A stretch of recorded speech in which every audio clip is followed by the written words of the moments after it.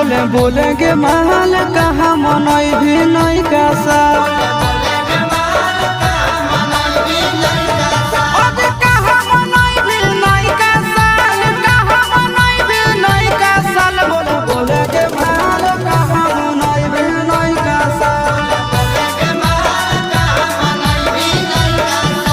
बोलेगे महल कहाँ मनई भी नहीं का साल